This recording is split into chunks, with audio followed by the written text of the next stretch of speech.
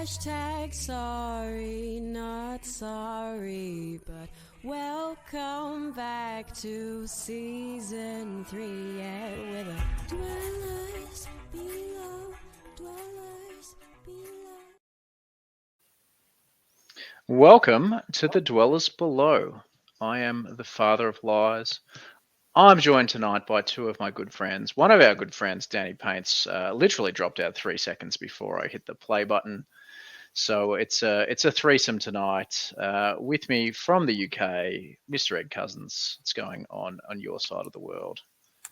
A lot of Warhammer. Been managing to get a few small events in around the traps. We've had ones in Dunfermline, Falkirk, and Glasgow. So playing a bunch of games. Nice. You're playing games. You're up with the meta. You're no doubt painting a lot of stuff. You got a lot of value to add to this podcast, I feel. Well, I'll try. And back after a bit of a hiatus, Warboss Jabe, how are you? Good, mate. I've just been busy painting miniatures, modelling stuff up, getting some games in. And despite all of that, I'm only of middling value to this podcast, if I'm being honest. Oh, well, we've got maximum value in one corner. We've got middling value from Jabe, and then I'm offering absolutely no value whatsoever because I'm not playing any games and I'm not painting any models. But that's why I get to be strength 1.5. Exactly. Well, I get to be the host. Right? I don't have to add anything. I'm just the host. You guys are the talent. I'm just the. I just keep things moving. So, speaking of what we want to talk about today, we're going to go straight onto a topic because that's what everyone loves about our podcast is we hit the topics pretty hard and we don't stray from it. So no rambling here. No rambling to be done. No, I want to talk about sort of following on from our last couple of episodes. We had a fairly pessimistic look at the past 6 months or 8 months of the old world since launch, and I want to, if not be optimistic, because I'm just a cynical person at heart, just thinking about like what do we see in the future of the old world? Like what's next for the old world? Because we're starting to see the pattern of things. We're getting the books are coming out. 5 of the books have come out so far already. And we got that roadmap that cleared everything up. Yeah, absolutely. That's so clear. So yeah, I just want to talk about like what do we want to see? Like what do we think we're going to see realistically, and what do we really want to see? So we'll do a little bit of wish listing towards the end maybe, but what do we think we're going to see? Where do you see it going, Chris? Well, wait. First of all, can I just say, you guys were Debbie fucking downers on that episode, like a couple of episodes ago. Like, this is like a massive fucking wine fest. And despite that, everyone in this room, other than the guy that's got nothing to contribute, has been playing so much Warhammer that obviously we're fucking loving it. Because you're so notoriously fucking positive, Jabe. Yeah, well, got to balance it out, the cynic and the optimist. Yeah. Sorry, Chris, I'm stealing your thunder. Yeah, I mean, I'd just like to see less infighting on the podcast. I think we're we can all just get along and don't have to be critical of other people's spicy, hot, pessimistic takes. I said we would wish list at the end, and we were doing realistic things first. For context, Chris, when pitching episode ideas, Chris is like, "What about we do like things we like about the old world?" And I'm like, "We have to fill an hour and 15 minutes. I don't think that's going to work." Well, if you'd played some games, then you might have some things you liked. Shut up. I do also like painting the trim on one single Chaos Knight for 3 hours. They're sitting there, they're staring me. They're staring at me. They're right here. So hold it up. Let's see how far you've got. For those who briefly tuned in to our slow grow episodes that didn't go anywhere, this is what they looked like last episode, which was probably in April. Growing very slowly. Tell me about how we're going to stay on topic this episode, gentlemen. I would prefer that we didn't really. Not my responsibility. You're hosting. Well, we've established I have nothing to offer, and even hosting. So I guess the first thing that we're going to see is 4 more Arcane journals. Is it 4? Have we had 5? I lose track. Yeah, we've had 5. So we launched with 2. We launched with Bretonnians and Tomb Kings. Then we got the Orc one. We've had the Dwarf one, and we've had the more recently the Warriors one. Mm-hmm.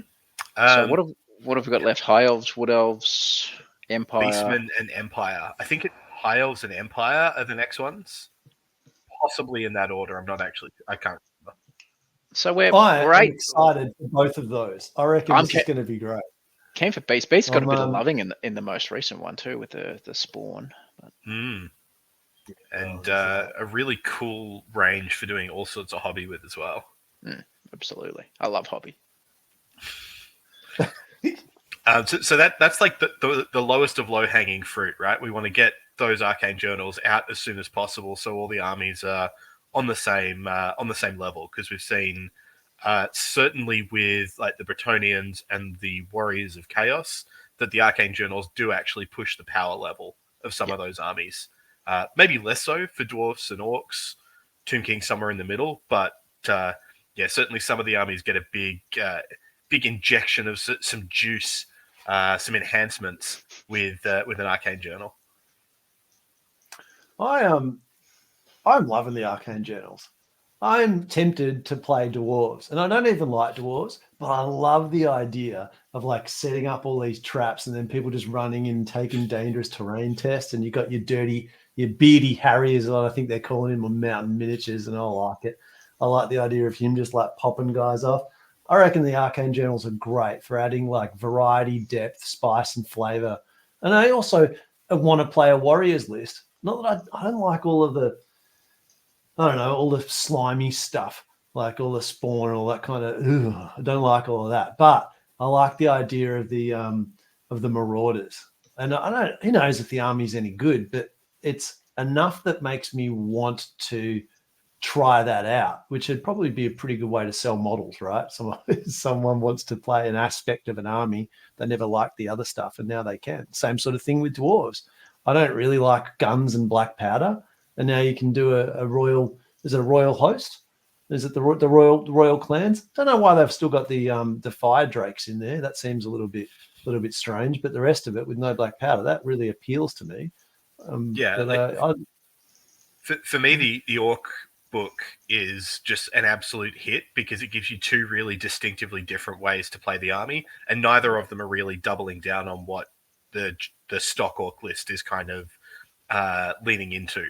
And so going heavy on trolls, doing all cavalry, both of those lead to totally different game experiences for the orcs and goblins, both for the player and their opponent. And my reservation, I guess, with the journals that I'm less enthused by is that they, at the sort of pointy competitive end, what they're doing is adding more to what those armies were already doing, giving Chaos some more big monsters and some more busted magic items, giving Bretonnians more ways to juice Peg Knights. Not really the things that they needed, but some of the others. And yeah, I think the Dwarf one is good. The Orc one's an absolute triumph. Really add a lot more to the game, even when we've only got 9 tournament legal factions to play with. You get a lot more variety once you spice those factions up with those different journal builds. I mean, in an absolute sense, an arcane journal can't decrease the power level of the army. It can only increase it, right? And so just with the magic items alone, you'd guess that it's not going to not increase it. It will, in a sense, be increasing it. But for my, I suppose, ideal, what I want out of an arcane journal is kind of like the orcs and goblins, where it's a little bit stronger because of some magic items. We've got the Idol of Gork and Mork, and they're pretty good. And you can play some viable lists, but they're not leaving the base army behind. And all you're seeing in tournaments now is just a whole bunch of trolls or a whole bunch of mounted stuff. I like that a lot, where if someone wants to do something, they can. It's enabled it, so it's not bad, but it's not increasing the power level dramatically, so the only orcs you ever see are trolls. And I reckon they got that right in orcs. I don't think they quite got that right in Tomb Kings. I think they probably got that right for Warriors of Chaos, so maybe they undertuned the mounted one quite a lot. Warriors is interesting because the the big difference for the Arcane Journal is to the Grand Army, in that you're getting the spawn, you're getting and so a couple of good magic items. So the best power buff actually comes to the Grand Army rather than either of the two specific lists. I think they've absolutely nailed the Marauder list. I think that's really cool. I think could be strong, but I think it's not too overpowered. I think, as you say, I think it's a bit of a miss on the mounted. But if you're adding one solid variant list, one less solid variant list, and a couple of magic items, and I think that's a good sort of hit rate for an Arcane Journal. What's disappointing about the all mounted thing is you can basically do the all mounted list already anyway.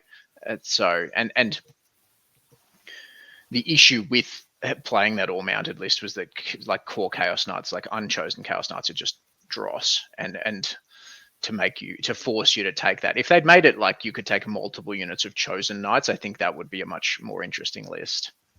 But one of the Scottish guys was already playing an all mounted Chaos list under the Grand Army. Yeah, well, that's what I was planning to do as well. Yeah, and if he tries to do that in the what are they, Heralds of Chaos? The list just gets worse because he has to take more core and knights he doesn't want to take, and so he gets a worse list for leaning into the journal than if he'd just stuck with his Grand Army. So and yet, despite that, I'm way happier with them undertuning a little. And they did undertune a little bit too much. I'm way happier if they undertune the alternate list than they overtune them, because what it means is that they're called Arcane Journals now, but really what they're saying is we can add variety and depth to your army without really adding too many unit entries. And if they can do that once, then they can do it again. Maybe you get like a little Christmas bonus, and then every army gets like a little rules change where they open up another army or something. Like, you can do that in any format. I don't think they necessarily will, and not in rapid time. But for me, this is new, and they never had this while I was playing Warhammer back in the day. Yeah. It was kind of you wait for your army book, and that's that. And now you can just keep on evolving it subtly without changing the whole thing, which I think it's brilliant. I mean, I suppose the big bit that I'd be wish listing, and maybe that's later, but fuck it, I'm going to do it now, is an up-to-date rules thing so that they can tweak things and change them. So instead of having FAQ and errata versions 1, 2, 3 plus the base book where everything's cross-referenced poorly, you buy a digital subscription, or you just buy your digital access once, and the rules just keep on getting updated. And then if they want to balance something out that's egregious, like Fanatics or whatever it is, then just update the rules, make it living, and you can keep evolving the game. The old living rulebook. Yeah, I think that is absolutely wish listing. I don't think Egg Workshop are ever going to do that, because it means stepping away from printed books, and I think they're loath to do that. But there's this pretty tempting business thing called subscriptions. They've tried that, and it didn't go well for them. Well, but the crowd now is asking for it. We're wanting it. We want to give you our money to make a living thing. It'd be amazing. I don't maybe we should get on something. I just think it should be the way that they have the rules set up regardless. Right? They claim to be a model company. Sell me models. I'll buy the models, but stop trying to squeeze every last drop out of some printed things that are, given the number of erratas we're seeing, already out of date within months after publication. Oh, I'm even happy to pay for rules. I reckon it's great. They spend a lot of time and effort on the rules. Like, get rewarded for that, right? So yes, make money from models, make money from rules, aren't just rules. Like, the rule books aren't just rules. There's lovely artwork and fluff and stuff in there. So you're getting more. I never saw any of that. Yeah. It's the only bit I look at. I don't play any games or paint any models, so all I can do is read. I would be thrilled if they went to a living rule book for the rules and the points and things, and then have separate printed high quality lore and artwork books. I think that'd be cool, but they won't get as much money out of it because not everyone has to buy all of the things all of the time. And so the individual kind of return on each of those would probably be lower, even if you don't have to put as much time and resources into trying to cram everything into the one book. They'd be able to do some different things, but it probably wouldn't get them the same pretty numbers on the balance sheet as they can at the moment. And I suppose the other thing from a business perspective is, if you make a living rule book, then yes, you're doing FAQ and errata stuff, but in a sense, you're decreasing your ability to do the next edition, because the next edition is the thing that fixes all of the things. And if you've been living them up to there, then what's the point in doing a next edition? And like so maybe that is a planned obsolescence, thing. Right? Yeah, and then if you can't do your hype after that, it's like the new edition's coming. It's the same as the old edition that we were living with the rule book for, but we can't now sell you something, and how do we do your hype? So maybe we don't want that. I don't know. Well, that depends on whether you're using the living rule book to make really sweeping changes. So things like getting rid of pre-measuring, or the big changes to combat resolution mechanics for the old world. Like, those are the kind of things that probably aren't going to come in a living rule book. But once you've had a game settle for a while and you say, hey, these are the things we don't like about it, the dynamics we want to change, that's when a new edition comes in and sort of does more than what you'd be typically doing with a living rule book that's making smaller tweaks and changes as you go. Yeah. Hey, so what's your most excited Arcane journal? We got, what is it, 5 to go? 4 to go. Which one are you hanging for? Probably the Beast one. I think I wouldn't mind seeing the High Elf one, but I think the Beasts. I've always had a fondness for the Beastmen. Vampire counts. That's another wish listing thing, isn't it? Yeah, in terms of the 4 that are scheduled, the one I'm most hoping will come out and be good is probably Empire, because that's the faction that I think is most crying out for new ways to play and some competitive boosting to the larger number of its units. Whereas, Wood Elves, Beasts, High Elves all have some pretty decent things you can already do that doesn't involve putting guns on the back of the board. Yeah. So what do you want to see in the Empire one? Knights and Demis, something that gives you a route to victory, leaning on those more. I'm writing off the infantry stuff. I'm not even going to bother wish listing a way to make the infantry. The game's just not set up for it, right? Yeah. So something that is like the Empire aggressive army would be interesting to me. Do you reckon you could do something like, so I want to see infantry be viable, right? Could you try something like, all infantry in the Empire book in this army, infantry costs 2 points less per model, and cavalry cost 4 points more per model, or something like that. And then you just change the economics of the whole lot. Problem is the cavalry suck too.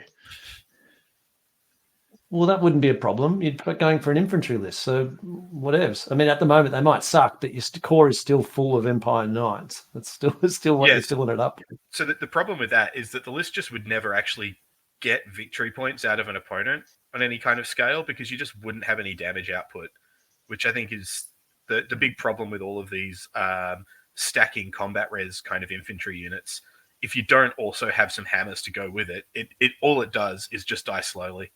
And there's not how do you fix really infantry much to do about it. Sorry, Jay? So how do you fix infantry? Rewrite the rules from the ground up. Yeah. They did the dodgy on the old infantry, unfortunately. We all wanted rank and flank back, and I saw a comment this week, someone saying, like, we're basically playing Age of Sigmar. Like, there's lots of single models running around and lots of skirmishes, and not a lot of infantry. It's a bit true.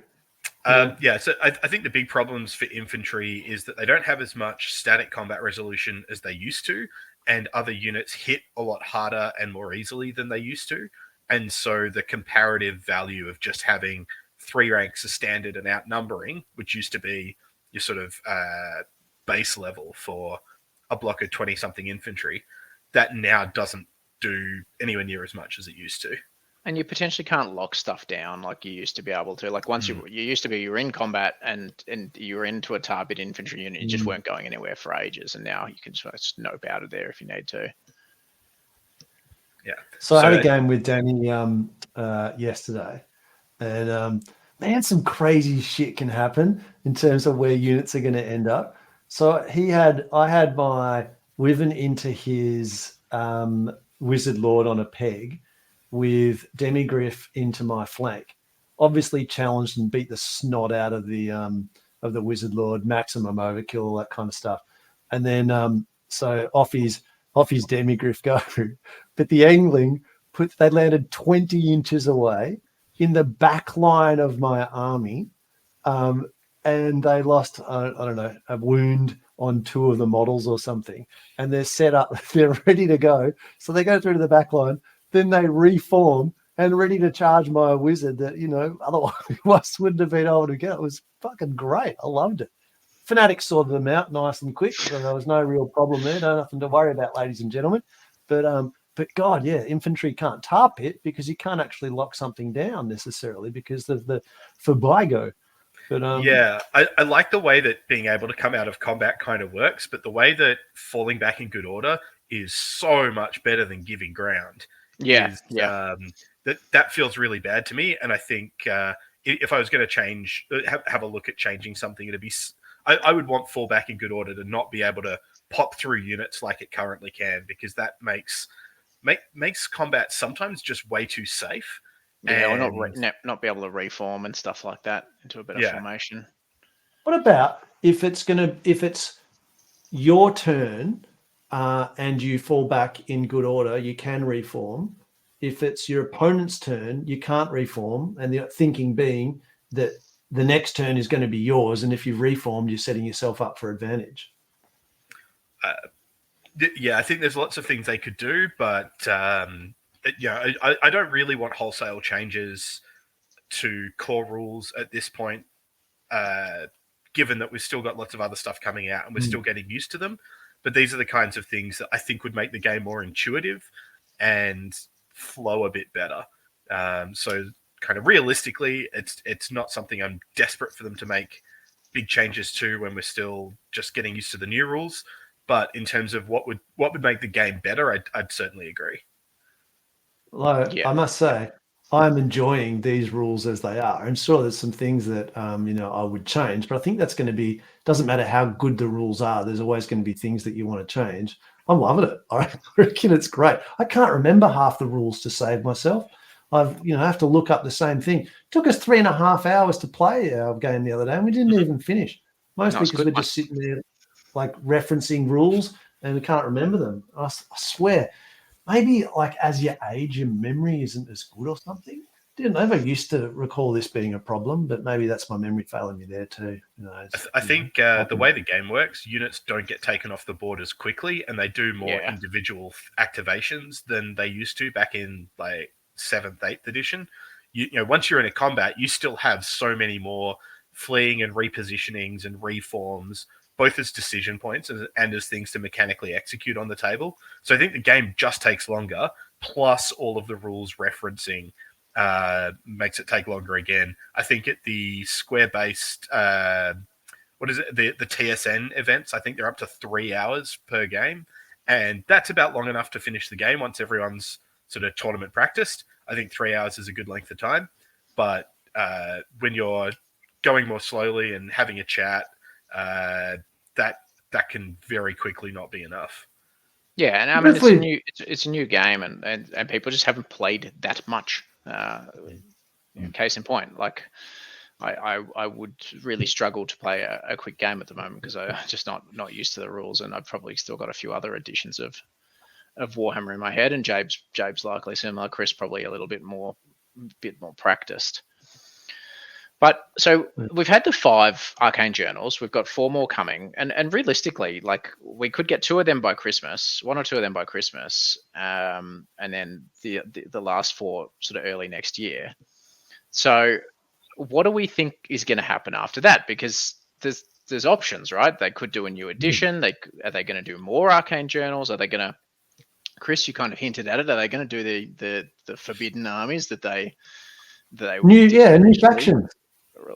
Well, not so much new faction, but are they going to go back and do Warriors of Chaos? Are they going to do Skaven? Are they going to do that stuff? Or is that whole thing where Games Workshop don't want to admit that they exist in the old world still going to be a thing? Like, where do we think it's going to go? Kislev, Cathay. Well, they said they were doing Kislev at the start, and then they brought the scope of the project now down, and then they're expanding it back out again. Those army books have been written. They're ready to go. I have no idea, but imagine they're ready to go. Someone's got it ready to go. They can produce those. That'd be amazing. So I very strongly feel like we should put a very low stock in the specific text of the Warhammer community articles that were justifying various decisions. These are very much the kinds of things that they can... less so for bringing out whole new factions because there's a lot more production time attached to it. But they could release another missive tomorrow saying, "Oh no, all of the old factions are back in the game for Games Workshop events, and at some point we'll get to them in the Arcane Journal rotation." There's a lot of things that they could do at the drop of a hat, and all it would take is one swiftly written Warhammer community post. So when they say things, it's maybe nice to hear, but it's not legally binding, and Games Workshop can keep doing whatever the hell they want, regardless of what they said once online. So, but what do you actually think will happen, right? Like the game's been out, what now, 9 months or so? Is that about right? With it? 9 months. We've done more than half of the Arcane journals. So let's say we get through the others in another 6 months, maybe. Then what will happen after that? Do they just drag it out until next edition, or does next edition come, or do they roll something out? What's not what they could do? What do you reckon they will do? I think there'll be a new army maybe by the end of next year. What army? One of the ones that they were previously working on. So if they'd actually put stuff like Kislev and Cathay into production, then that's what I would expect to come out. Just picking up where they left off once they realized how much they can sell of all the old world stuff. So my guess is that we'll get some of that. Some of those projects that they were working on will get picked back up again and will come out rather than like a new edition per se, because what an edition even means is kind of no longer as clear as it once was, where you can have like Lord of the Rings got a not new edition but a new rule book with all of the FAQs added in, or most of the FAQs and erratas added in. Some of them disappeared and the rulebook came out, but it wasn't technically a new edition, even if it's a new rulebook that had some different stuff in. So, I would expect them to try and do some more new things. It might also be arcane journals with stuff in for various armies, rather than it being one for each army. It might be based around some event or campaign. And again, I would expect that to be making use of stuff that's already kind of in the holster. Yeah, I think that's something that's pretty likely, is like a campaign supplement update that updates multiple armies at the same time. Thinking like the Storm of Chaos supplement in 6th edition, because they've already sort of talked about that. The lore is in the lead up to the Siege of Prague. So, and that's probably something they haven't really done since they booted the game or started the game is advance that lore. They're kind of set where it is, and they've mentioned that they can sort of explore that, but there hasn't been a whole lot of exploring of that lore. So I think once they've got all the Arcane journals out, rather than going into like the legacy factions and doing journals for that, because I think they've kind of said they weren't going to do that, and I don't think they will.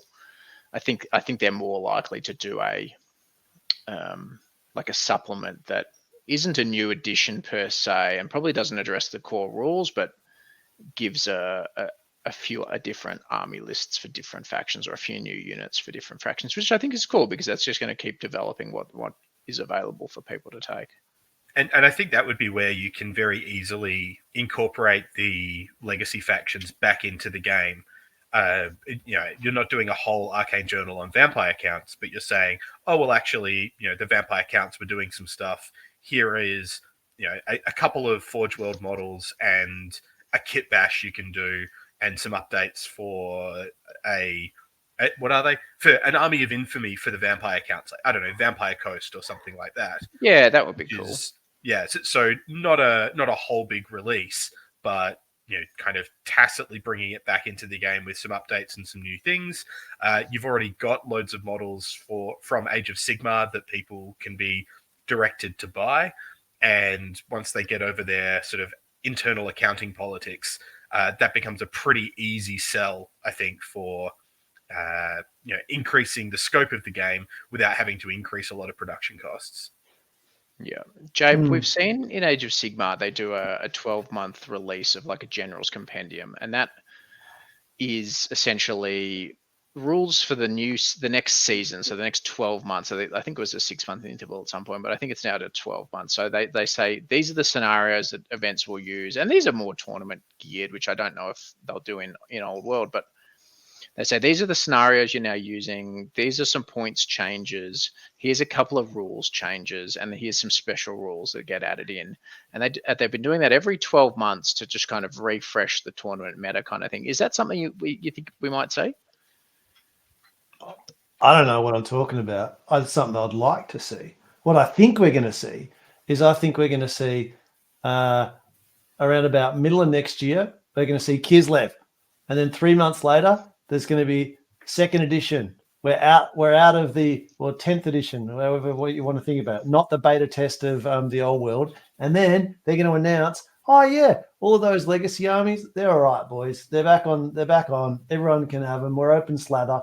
And then they'll release Arcane journals for each of them. And it's going to be amazing. But I would be personally excited if they did do the General's Compendium thing. I didn't know that's what they were doing in Age of Sigmar, but hell's yeah. Anything that changes around points and shakes up a solved meta is good to my mind. And so Arcane Journal does that, introduce some new factions, but only does it a little bit. If you do some wholesale changes that just changes a little bit of the lists around, I reckon it reinvigorates all of the competitive scene. But if I'm honest, they could do not much and I'd still be loving it. And I don't feel like I need Games Workshop to be producing stuff for the game to have life kept being, breath kept being put into it. I don't know what the phrase is. I've got my words muddled up there, but basically I think community content and is so much more prevalent than it was back in the day. Like I remember back when we were playing, 8th, you could watch a battle report maybe, and there might be like, I don't know, a couple on YouTube that were any good that you could watch. And now it's like a new battle report every day. You can swim in content. And I reckon that for me is enough. They don't have to do anything. Just keep doing what they're doing, which I think has been a great pace. I'm surprised how quickly the Arcane journals have come out and that we've had 2 FAQ erratas. I'm pretty impressed with how much support they've been giving it. But I think we just kind of an ADD generation that just always wants more and more and more. Like our dopamine highs, we need to just keep on getting higher. They don't need to do much more, and I'm still super happy. But yeah, my prediction: Kislev, and then the other army is all rolled into 2nd edition. That's what I reckon we're going to see. What do you reckon, Nick? What are we actually going to see? What's your prediction? We're recording this so we can, say I was right. With the benefit of hindsight, we can look back on our foolish predictions. I'm really not sure where they're going to go with it. I don't think they're going to do a General's Compendium style thing like they do with Age of Sigmar, because they're not treating it as one of their more competitive core games. It's a side game. So I think what we're going to see is a campaign supplement kind of thing, or something that where they release a book that adds rules and magic items and potentially new units to various different factions. And I would like to see it include the legacy factions. I don't think it will, but I would like to see it include them, but just to show them some love, but I don't think it will. And I think that's the most likely. And I think time frame wise, I think we're probably going to round out the Arcane journals within probably 12 to 15 months of release. So we're talking probably April next year. And then, probably June-ish next year, I think we'll see a campaign supplement of some description. So I'm a little bit more pessimistic on the time in which we'll get those next 4 Arcane journals. I I think it's gonna. I'm expecting a bit of a wait before the next one, and yeah, could even be another year from now before we start seeing all of them. That wouldn't shock me. But the rumor has been something like a general's handbook, or maybe the Lord of the Rings equivalent is a good one, given it's the same design studio. A matched play guide, which isn't meant to be so much seasonal play, but a set of extra scenarios and things that tournament organizers could use. And I would imagine in there you could also do some kind of patchwork rebalancing and say, well, we might have gone a bit overboard with how many points you can spend on characters, or how many dragons you can put in an army, and so you put that into your match play guide. That's not allowed in matched play Old World, but for your narrative games, 3 dragons is still perfectly cool. Yeah. Oh, yeah, like a balancing, not of the actual core rules, but only for those who are interested in being competitive. That's smart. Every now and then you got something good to say, Chris. Like every now and then. Yeah. Mate, it's all solid gold. You just need to listen carefully. That's why he's on the show. Someone's got to add some meaningful content.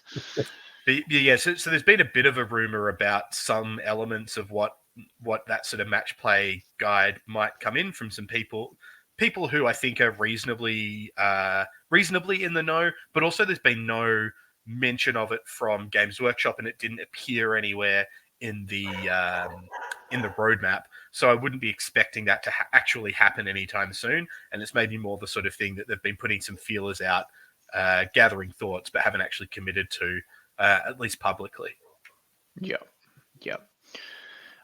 I want to go to sort of touching what you touched on there is kind of rules changes for like a matched play thing, and it's interesting because we're still house ruling some stuff. Some events are comping things themselves. The whole rule of 3, rule of 6 for core is entirely a house rule. Those aren't rules that exist in the core rules, and I don't want to go too sort of granular with it because I know Squarebast just did an episode on what rules that they think need changing, and I think there's some written articles floating around as well. But if they were going to do something like that, what would you want them to address? And I don't want to go into the nitty gritty of it, but just from a high level approach, what do you think needs addressing, Jabe? Well, without getting into the nitty gritty, I would change swiftstride to D3. I reckon that's what I'd do. Without getting into the nitty gritty of it, though, I reckon that would solve a lot. I think swiftstride needs addressing. It's just so strong. Yeah, I like that. It's such a simple change and aligns with a lot of the other charge range bonuses that you can get, at least in the orcs. I don't know what other factions have that, but that just matches everything up really nicely. Yeah, that's so easy to do as well because you've already only got the +3 maximum charge distance anyway, so it's almost like they were meant to do that and just reprinted it wrong or something. It'd be pretty easy to put that in errata out for that because you're just changing one unit entry. One entry in the book. And we know how to make that happen, right? We just have to ask the FAQ team, is Swiftstride D3 not D6? And then in the FAQ they'll say, oh yeah, that's right. It's only D3. Yeah, that'd be a sweet fix. And then infantry, we're all right again, kind of. Yeah, maybe. Still rubbish. No, still rubbish.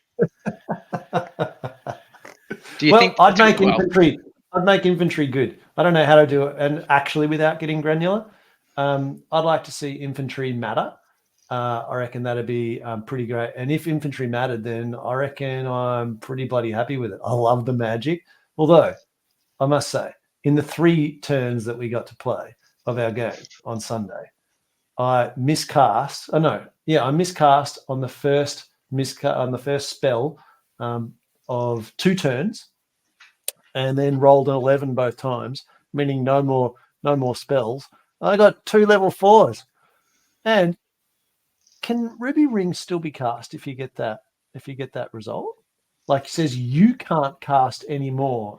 Is the bound items still castable or not? I don't know what's been officially ruled. My current way to play it would be no, but given that it doesn't actually interact with any of the wizard bonuses, it would not be unreasonable if it did. Yeah, well, that's Statistically, we what call- you've described seems like a very likely thing to happen, and you should absolutely take meaning from it. It doesn't seem like an outlier at all. I've cut the second wizard. That's terrible. There's no point taking excess wizards. You might not get So to use them. the And last Orc and changing the Goblin list list. I played against had 3 level 4s and a Ruby Ring. So did he? So did he Really? miscast 3 times in the first 2 turns? No, he cast almost every spell he tried to and killed all my stuff with it. It was great. Yeah. So looping back a tiny bit to the infantry thing, I'm just going to pitch something that Wizards are infantry sometimes. Probably shouldn't be, but so I'm going to be running an event in Glasgow, or TOing an event in Glasgow early next year, and I'm trying to put together an alternative scenario to use for the event. So like a custom mission that will hopefully emphasize the importance of infantry, drawing on the domination scenario from Total War, put a few objective zones on the board, and let people capture those zones for some victory points based on essentially how much static combat resolution they can put into that zone. Does that sound like something interesting or intriguing to you?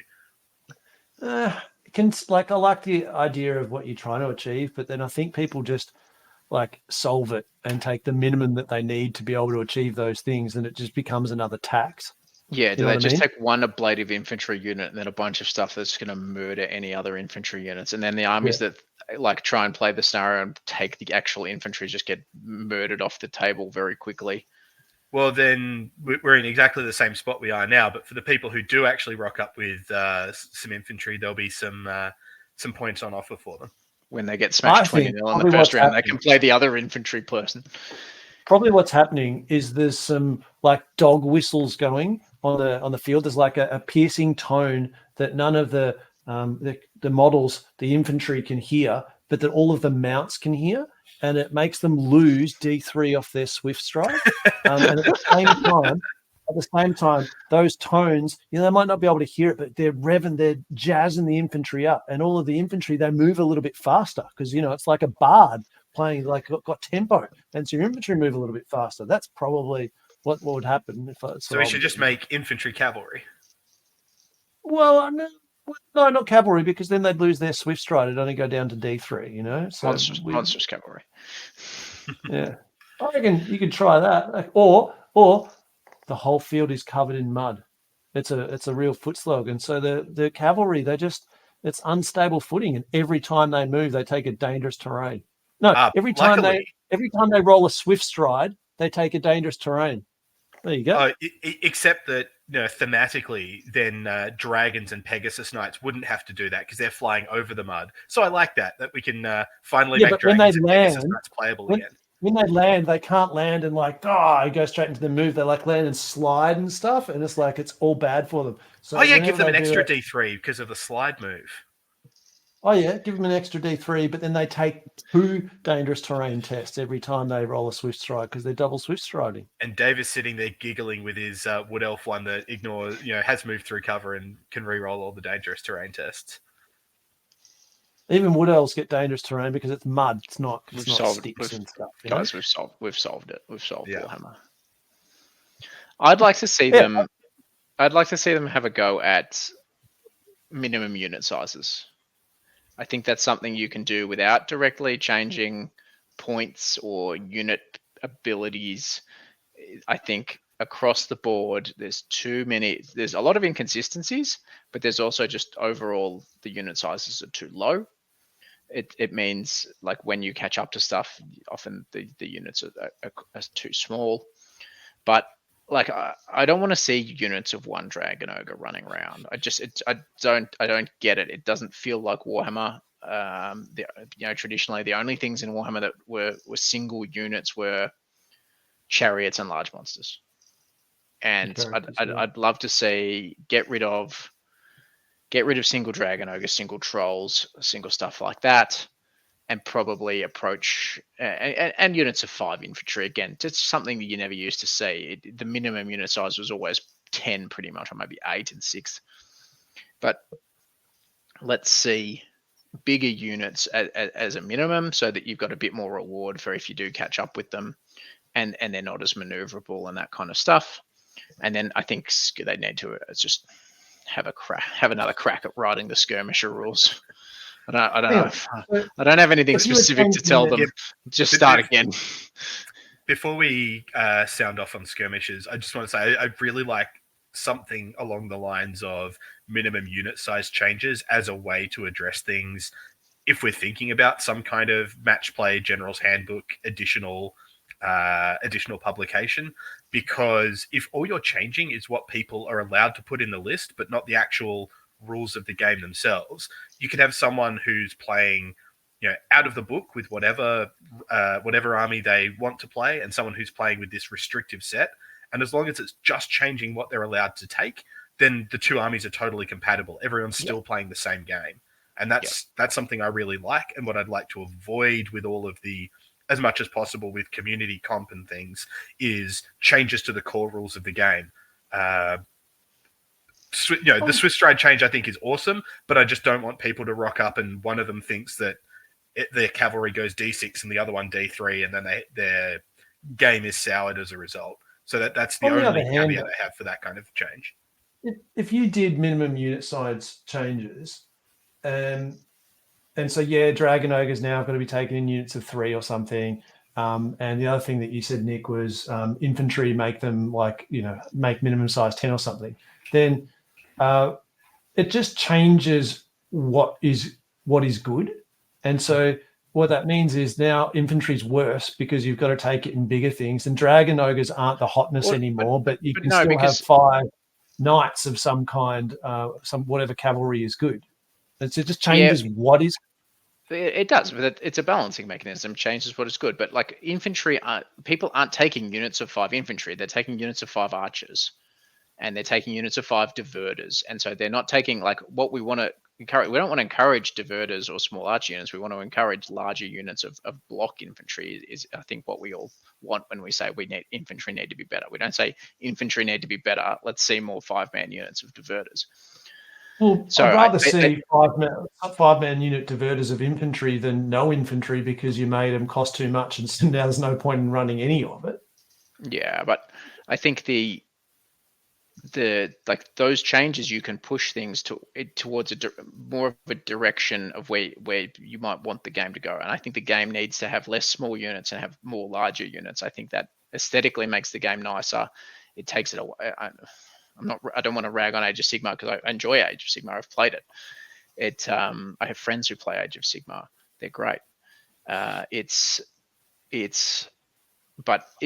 a rank and flank war game, and I think we want to move away from those tiny units of archers or tiny units of diverters and push people more towards taking larger infantry blocks, taking those units of 3 dragon ogres, and it changes their role. It absolutely changes their role, but it does it without having to change what, sort of going to what Chris is saying, like what it does on the table from a stats, from a like abilities wise. They don't have to learn new rules. It's just changes how you're changing army composition, not rules.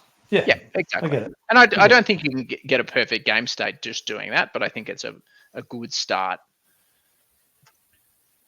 And another thing that I would look at in the same kind of vein is magic item allowances and characters in general. I think the game is super character focused at the moment. Your level 4s, your dragons.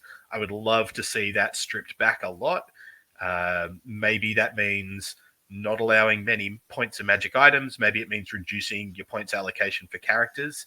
But that's another one of those like easy changes from a kind of rules writing perspective. Like, it's an easy structural change to make that I think would have a big impact on how games play out. Wouldn't directly make people take infantry, but I also don't actually care that much about infantry specifically. I'm maybe a lone dissenting. No one cares about the infantry. That's the problem. They're all being trodden underfoot with all the cavalry as it rides over them. Yeah, I'm not especially invested in specifically making infantry the focus of the game, but certainly they don't need to be the focus, but they need to be like a relevant option. Yeah, and I just like the units to be doing much more of the work than the characters, and at the moment I it's agree. very much the other way around.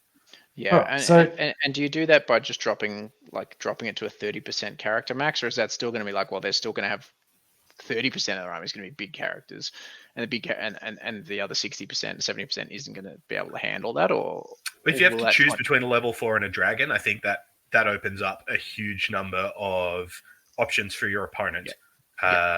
For the person who doesn't take a dragon and can have a level 4 and a combat character that's smaller or something like that, or just more stuff. Exactly what the numbers are and which levers to pull, I'm not exactly sure. Yeah, because you could drop the global character points from like 50% to 30%, or you could just say you could put a restriction on almost every army that has, you know, a big lord option and a big mage option, level 4 mage and a level 4, which is what they've done in like in the marauder list for chaos. They can only take one of a chaos lord, an exalted champion, or a level 4 sorcerer. Which means but then they've also opened up Marauder Chieftain as well. I mean, yeah, I like the that's idea like a hero. That's like a hero level character rather than a lord level character. Yeah. I like the idea of the percentage change more so than the number. Like if you change it to you can only have one lord, I love that conceptually. It's like, oh well, do you take a combat general or do you take a magic? And it rains magic right back in. It makes you can have a whole lot of 1s and 2s. But then a Warriors of Chaos single character on a dragon is probably significantly better than some other army books, what they can do if you only enable one character. And so some books you might have to say, well, you can take 2 Lord characters. And now we're back with the same kind of problem. Whereas if you go for 30% or something like that, 33%, I reckon that'd be pretty great. My armies are 1,000 points on the nose or as close to for characters. It's like 1,000 points of characters and 1,000 points of other stuff. And it's kind of like, what I liked was when there were previous editions where you could try and fit in the top level fighty character and a level 4. You could try and fit in 2 level 4s, but you really had to cut down what they could equip them with. So like, I'd love to see it where like the maximum points you can spend is like just more than a little bit more than the base cost of 2 level 4s. Or a level 4 and a fighty character. So you're like, I could take 2 level 4s, or I could take one like without any equipment, or I could take 1 level 4 with heaps of equipment, kind of thing. Yeah, and actually balancing this becomes increasingly tricky across lots of factions. So, for example, I was using a chaos list with 2 dragons, and I had a total of 10 points of magic items. But that doesn't really matter because you've got Marks of Nurgle and 5+ ward saves built into your characters. So the magic items aren't actually as necessary there as they would be for an orc army with 2 wyverns, for example. Whereas if they only have access to 10 points of magic items, they'd be comparatively toned down a lot more. So there's a lot of overlapping complexity with whichever kind of option you go for. But I guess that's my pitch is that whatever happens to infantry, my big picture change I'd like is less emphasis on characters and more on units. But as to exactly how to pull that off, I don't have a particular way I think is the best to do that. I like the 30% idea. I reckon that's great. I mean, creates other problems right now. You can only take 30% characters, so you just load in more dragon ogres, and we haven't restricted them to needing to be 3. Yeah. I mean, we can do both. Yeah. And importantly, for me at least, none of that requires changing the actual rules of the game. That's all just a restriction on what you put into your army. Tournaments can do that if they want, and Games Workshop can do that if they want. The key is to pull all of these levers at the same time. Like that's the scientific method, right? Just you've got a million different things you can change, and just change them. There's no iteration. Just change them all at once and see what happens. Mm-hmm. Well, we talked about like what we thought was going to happen, and it's hard to tell because it's a new approach to a game for Games Workshop. They haven't really gone back and picked up a game like Warhammer Fantasy that they dropped. I mean, they've done Necromunda and stuff like that, but they're more story campaign driven games than what the Old World is. But what's the wish list? Like, what are your ultimate fantasy? Where do you want it to be in a couple of years? What do you want them to have done? I don't really care. Just so long as people are playing it and having a good time, it doesn't matter. Like, I reckon they could make it what I now think is the perfect game. And then a year from now, I'll be bitching and whining that, oh, they should like make Swiftstride D9 or, D12 or something, I'll be saying something else just because I think we always want things to change. But I don't. So Jabe's fantasy is it for it to be a non D6 based system. Yeah. Invent a D9. You use a little spinner or whatever, or D6 plus D3. I think we're always going to want to change it. Like, has there ever been a system where you've been really into it? And I think this just happens in hobbies that you get really, really, really deep into.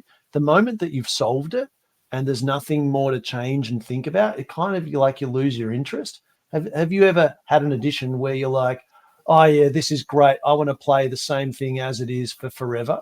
And I'm gonna bet the answer is no, and that there's always something that you want to change, and it's impossible to balance and get it right. Especially if you're Games Workshop. Yes, it's like I would say I would have very happily kept playing 8th edition for a lot longer than we had. Part of that was putting various comp layers in place over the top of that. And so, if you're changing between ETC comp and Swedish comp and no comp, so many comps. You got lots. You get to keep spending loads of time writing up army lists and so on. Like, it's not to say that 8th was a perfect game, but where 8th was when it ended, I was nowhere near done with exploring everything that had, and I don't think that. I guess, and then the other thing I want to say on that is that just because maybe people will never be fully satisfied doesn't mean we need to play with a game that could very easily work a lot better with minimal effort, that we should have to lock that in forever because we're happy enough with it where it is now. We're sort of wish listing about what we'd like to change, and I would just like the updated... That was the question. Yeah, the updated, slightly tweaked version 1.1 of the rulebook with all of the erratas and FAQ changes that they've released, and then a few more that they haven't yet, tidying up some of those things, like what happens when one unit of skirmishers charges another unit of skirmishers? Who knows? Good question. Yeah. So the clear and updated and polished version of the rules, I'd love to see that and get a chance to play with that for a while before worrying about big sweeping changes. And then the other thing as well, I've said a couple of times, is bringing the legacy factions back into the game in a more, maybe not in quite the same way that the core factions have, but at least like give them an army of infantry and a kind of multifaceted arcane journal, and tell people that they should be engaging with, doing hobby on, and enjoying playing with all of those models that are cool and available and that we should be using in the game. Yeah. I want them to bring Skaven back in because that new Vermin Lord figure, the special character Vermin Lord, is so cool. Mm-hmm. Like, that model is sick and I want it, and I have had no interest in ever doing a Skaven army, but that thing is sick. I almost thought about getting it and like converting it to be like a Beast Lord kind of thing. Obviously, it's way too big for Beast Lord. I'm like, could it be a giant? Or maybe Gorgon? Maybe a squig. But it just, like, there's nothing that would make real sense. Maybe like a Lord on a chariot, because chariots don't even have swiftstride anymore. They just lumber along. But Gorgon's a good shout. Yeah, it just doesn't. Or a greater demon. Gorgon. Yeah, maybe a greater demon. Keeper of secrets. Beasts can't take greater demons, so. But you can have to start a new army. I want an excuse to use that army. But yeah, I want to see alternate lists. I want to see like things like the old Cultist Slanesh kind of thing. I want to see like mixed stuff. Get wacky with it, because they've got a game that they've got plenty that they can do with it. There's plenty of places they can move it. I want to see them get a bit imaginative. But I also, part of me, that sort of veteran tournament gamer part of me, wants to see that cleaned up. That cleaned up version of the rules. And I don't think we don't need a second edition. We're a long way from a second edition. We're only 9 months into the first edition, but I think a cleaned up, tidied up, maybe have a crack at the FAQs from the start and some of the rules from the start again. But I think I know we were negative, and I know we are habitually negative, but I think the game is in a good spot. It's growing. It's steadily ticking along. So it doesn't need a huge change. And I'd say as well, as kind of like what Jabe was saying before, we haven't even got close to exploring as a kind of community, and as the tournament scene, as a subsection of that goes, haven't even come close to exploring everything. There are so many builds and armies that haven't been, no one's tried everything, and there's still so much more just within what's released already. Then there's another 4 Arcane journals coming out as well, which will add even more to that. Like we're not even out of the early phase of exploration of the game. If you did come up with something like, and I don't know how Age of Sigmar works, but like the competitive compendium or whatever it was you were saying, does that kind of mean that now you've got, in a sense, 2 sets of concurrent rules? And so, like before your game, you ask your opponent, "Are we playing with the, the competitive compendium, or are we playing with the standard rule set?" If you're putting changes to the core rules within that, then you definitely would need to. If it's just restrictions on what you can take in your army, then you wouldn't need to have that conversation before the game. You just rock up with your restricted list and play against whatever your opponent brings. But it's also a really easy way to agree on a kind of balance or a kind of an expectation for what you're trying to get out of the game. So something I have to do at the moment is ask my opponents, do you want me to bring a like full potato tournament list with all the bells and whistles, or would you like something that's a bit more varied, a bit of a mix, like a kind of pickup game kind of list? And I put quite different things into those armies based on what my opponent wants to play against. And that's something that can become a lot clearer if there's just one sort of middle ground match play kind of standard that you could just point to. Right. And I think I asked the question because if it is the case that you have essentially 2 things and you're deciding which variant you want to play with, then I think GW has been responsive to the community in a way that it wasn't in yesteryear, and that some of the things that the community is calling for are things that make it through into the FAQ or the errata. Now, maybe I'm wrong about that, but it seems like they're listening. Is there space, if there's going to be 2 different sets, that if match play, if GW doesn't do it, then the community does? Obviously, it has its own problems, like who is the community, who gets to make it up, do we have a completely different game? But it might be the sort of thing where if the community does start trying to change things like putting swiftstride to D3, then GW gets to see how it plays out, and then you can decide which system you want to play. And then GW goes, "Oh, it looks pretty good. We might do that in version 2 or whatever, or make our own competitive thing." I guess what I'm really sort of trying to get at is, can the community fix a lot of the stuff that that the community doesn't like and that wants to see? Look, it can, and it has with Age of Sigmar. So Age of Sigmar 1.0 launched without any points, without a whole bunch of core rules. It was the infamous 4-page rulebook that put a vast majority of fantasy players offside, and the community came up with points and like how to play this game as a tournament game, because you just couldn't do it straight out of the book. It was just not even close to possible. The community came up with points, and then when Age of Sigmar 2 came in, Games Workshop adopted a lot of the things that the community had put in place and sort of codified them into an actual rule book. So they're definitely aware of what people are doing, because they have play testers who are members of the community, although how many they have and how entwined with the community they are, I'm not entirely sure when I read the rules, but they are aware of what's happening in the community, and I think that's something they would take on board if they were to do like a matched play document. And you spoke about having 2 types, and they have that in Age of Sigmar. They have what's called open play and matched play. And open play is just the rules in the rule book, do what you want. It's kind of for narrative games, but they kind of say for matched play is if you're going to go to a game shop and a game store and play, or go to a club, have an army pitched at matched play, and that's likely how you're going to play a game.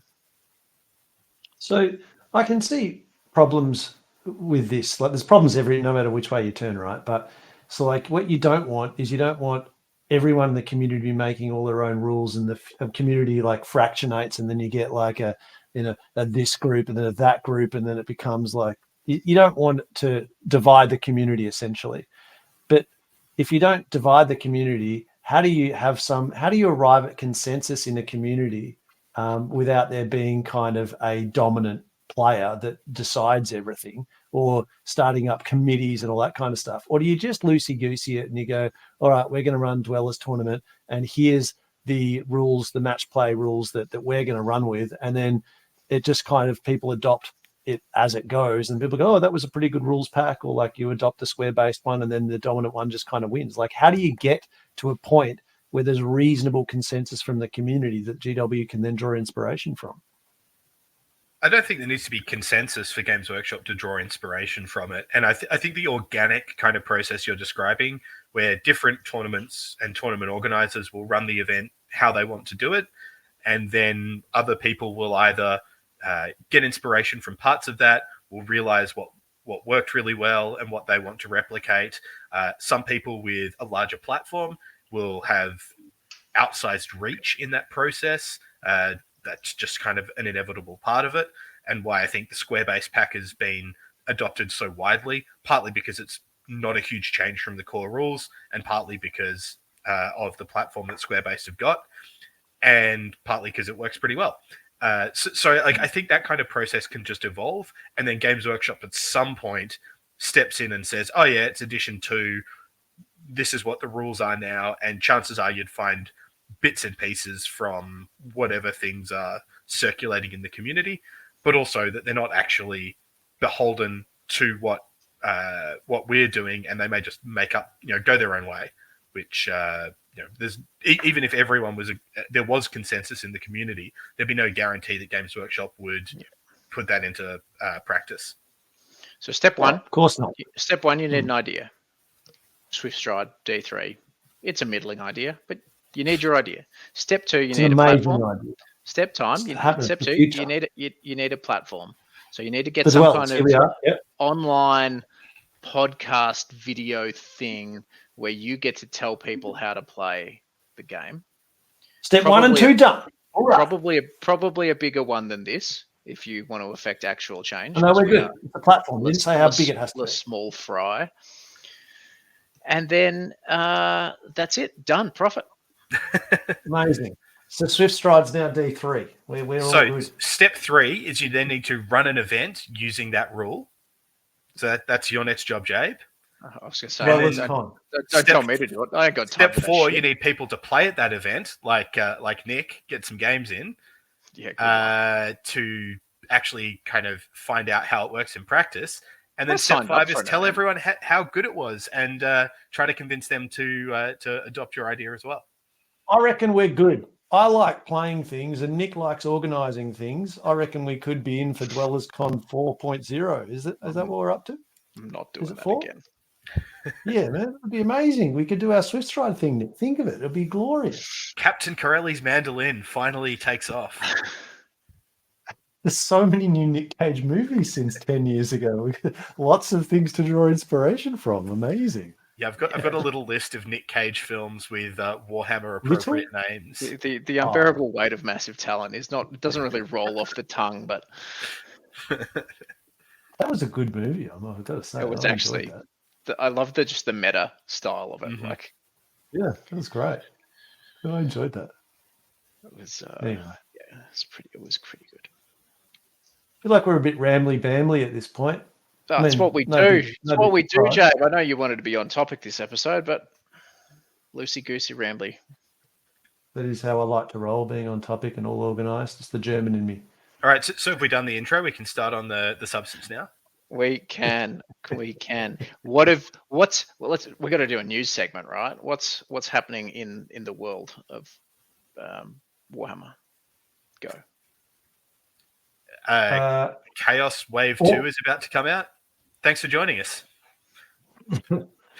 Have you done any hobby? I was going to say, tell me about your hobby. Have you done like a 4th and 5th army yet?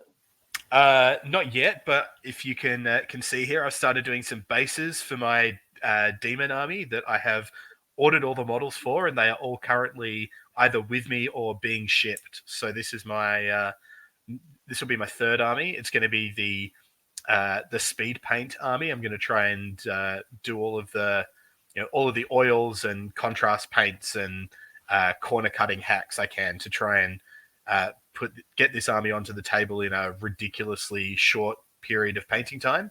But I've just started a new job, so actually finding even a short painting time is a bit trickier at the moment than it was before. So I'm no one wants to hear about your hobby. What the listeners want to hear about is Jabe in detail describe the dice rolls that decided your last game of Warhammer. I don't care about the tactics. I don't want any high level stuff. Talk to me about the dice rolls. A double one for my magic spell. I did it twice out of the first things. But I actually have something that I think is amazing. I think I've revolutionized how to do modeling because I've been modeling up a lot of night goblins, a lot of them, 40 of them at this point. Might need some more. And some of them are metal, some of them are plastic, some of them are resin, and then I'm chopping bits off and I'm sticking metal to plastic and all this sort of shit, right? And in times gone by, green stuff, super glue, and a pin. Is that how we still do it? Not anymore, my friends. Not anymore. Oh, wait, have you guys got new tech since then? But I bet it's not as good as the Warboss J TM method. It is now for everything that I bond together. I use bicarb soda and ultra thin super glue. Like small hand, sticking it onto an arm, just doing a hand swap. I drill it out and then I sprinkle some bicarb soda in, and then I sprinkle some bicarb soda on the other one. I pop them together, squirt a little bit of glue. It's like fucking rock. I did it the other day and then dropped my model probably 10 seconds after I did it. Totally fine. So totally fine. So it's just a super glue accelerant. No, it's not an accelerant. The bicarb soda gives it a medium for it to stick to. It's got so much surface area that it sticks everywhere. And like literally like 5 seconds and it's set. It's like fully rock hard, and you can have to work pretty hard to carve bits off that.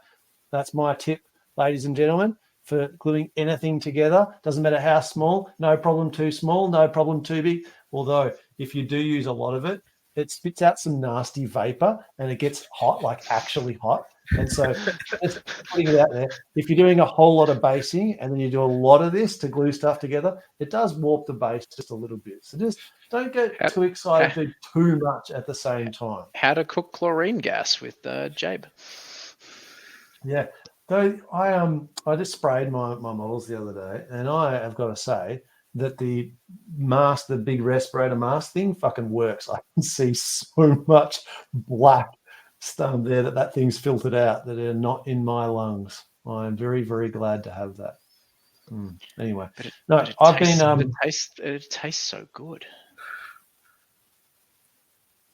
I managed to work around it by spraying models outdoors where it's really windy because we live in Edinburgh and it's always windy. And so doing just a terrible job and getting the worst coverage I've ever had, but being otherwise unaffected by fumes. I haven't sprayed anything since my GW spray ruined all my Chaos Knights by just spitting a bunch of particles on top of them. Mm-hmm. Oh, that just happened to me as well. And it's like a powdery thing. Yeah. How do you? And I tried to like get a stippling brush and kind of like scrape it away. Is there any great tip for it? Yeah, you send the models back and ask for some new ones. That's because mine are fucked. Oh no! I just sprayed 40 of them yesterday. I reckon. Were they printed? You could just reprint some new ones. No, these are all my like meticulously like crafted and kit bashed and converted. You sure you didn't just knock over your bicarb soda container? No, but oh man, the bicarb soda, ladies and gentlemen. All right, we've definitely been rambling now, so I think we just gotta let this one die. But hey, if you're still with us and you've got like an idea on where you think Warhammer should be, or you've just got a tip for Jabe and on how to glue models together, hit us up in the comments. Chris loves getting deep into the comments. I've not been super good at it recently, but Chris is always in there responding and engaging with the fans, which is good. Got to drive that algorithm up. That's it. So yeah, please jump in the comments, and yeah, just let us know like where do you want to see the game in the next sort of 12 to 18 months, because we think it's going good places. It's slowly improving and moving in the right direction, and keen to see where it goes. Absolutely. Like and subscribe. That's what we're supposed to say, right? Yeah, that's and true. and Smash play a that, game- smash that like button. And play a game of the old world. That's the Yeah. I feel- that's for everyone out there. That's your challenge. Before we release the next episode, play one game of the old world. I feel. And if there's only 3 attacked. people who have ever heard this episode, being the 3 of us, then that advice still applies. Get some Nah, games. Lockie said it. If you haven't had any games, get some.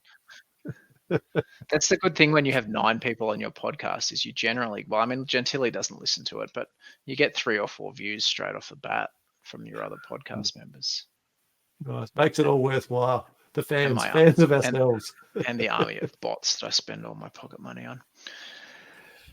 All right, we've been the Dwellers Below. Thank you for joining us once again, and don't fail your strength test.